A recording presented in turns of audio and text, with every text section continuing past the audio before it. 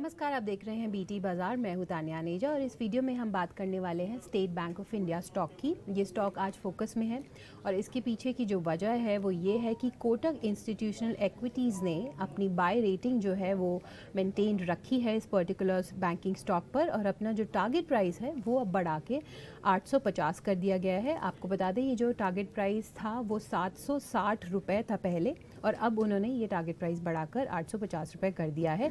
Current market share price की तरफ अगर आप नज़र डालेंगे तो अभी फ़िलहाल 748 का लेवल हमें देखने को मिल रहा है इस पर्टिकुलर काउंटर पर। और हमने देखा है कि अगर आप पिछले एक महीने में ही इस काउंटर पर नज़र डालेंगे तो 20% तक का रिटर्न दे चुका है। YTD basis, year to date basis पे 15% का रिटर्न, एक साल का रिटर्न देखेंगे तो 42% का है, और पिछले 5 साल का अगर आप रिटर्न देखेंगे तो वो करीबन 175% तक का रिटर्न ये बैंकिंग स्टॉक दे चुका है। हाल ही में हमने देखा था कि इस स्टॉक ने अपना जो 52 वीक हाई है वो बनाया था 777 रुपीज़ का। 21 फरवरी की बात करें तो ये स्टॉक ने अपना एक नया 52 वीक जो है वो बनाया था उस दिन।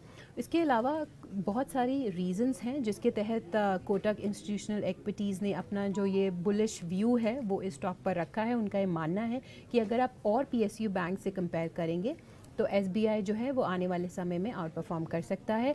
जितने भी कंसर्न्स थे जो हमें देखने को मिल रहे हैं अभी तक, उनका मिनिमल इम्पैक्ट हमें उसकी अर्निंग्स पर जो हाल ही में हमने आते हुए देखी हैं थर्ड क्वार्टर की, उस पर भी देखने को मिला है। तो उस लिहाज से भी ये स्टॉक काफ़ी बेहतर है। और PSU बैंक्स में अंडर राइटिंग की अगर बात करें तो वो भी बेटर देन एक्सपेक्टेड वे में ही हमें देखने को मिली है।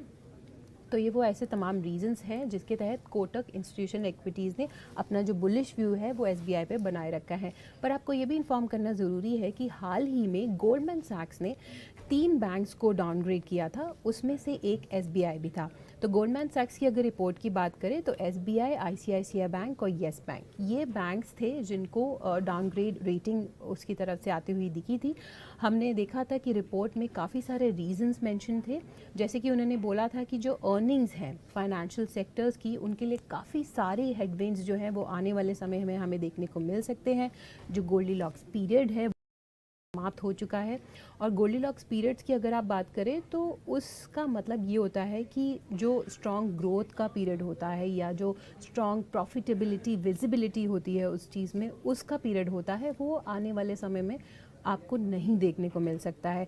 तो वो एक तरीके से फाइनेंशियल सेक्टर के लिए ओवर होता हुआ नज़र आ रहा है, और हेडविंड्स जो हैं वो इस सेक्टर के लिए अब काफ़ी बढ़ते हुए नज़र आ सकते हैं आने वाले समय में।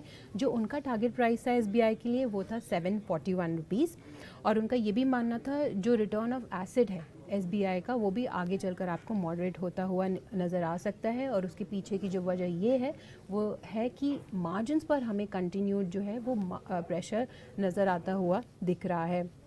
इसके अलावा उन्होंने कुछ चुनिंदा जो है बैंकिंग स्टॉक्स पर अपनी बाय रेटिंग भी बरकरार रखी थी। उसमें से HDFC bank, Kotak Mahindra bank, axis bank, IndusInd bank और बंधन बैंक, ये वो तमाम प्राइवेट प्लेयर्स हैं जिनके ऊपर उन्होंने अपनी जो बाय रेटिंग है वो यहाँ पे बरकरार रखी थी। तो इस वीडियो में SBI और तमाम बैंकिंग स्टॉक्स के बारे में इतना ही, बट ऐसी ही तमाम रिपोर्ट्स, तमाम स्टॉक्स और तमाम मार्केट अपडेट्स के लिए आप कहीं मत जाइए, बने रहिए BT बाज़ार के साथ।